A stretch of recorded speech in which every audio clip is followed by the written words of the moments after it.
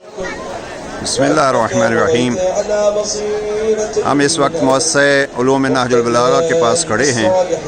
اور یہ مؤسسہ بین الحرمین الشریفین جناب امام حسین علیہ السلام کے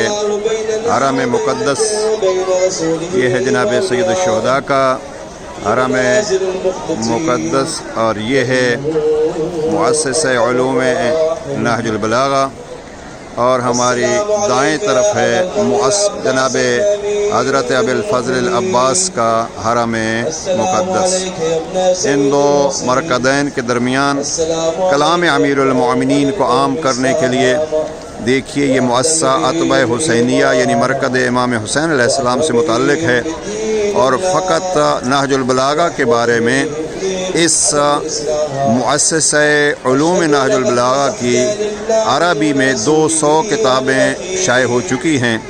اور ان میں بہت مہم وہ کتابیں ہیں جو مختلف یونیورسٹیز کے مقالوں اور پی ایچ ڈیز کے عناوین کو جمع کیا گیا ہے، اور یہ کتابیں لکھی گئی ہیں۔ انشاءاللہ قوم ہماری بیدار ہو تو ان عبادتوں کے ساتھ پاکستان میں بھی جناب امیر المؤمنین کے کلام کو، نہج البلاغہ کو عام کرنے کی کوشش کی جائے۔ والسلام علیکم ورحمۃ اللہ وبرکاتہ۔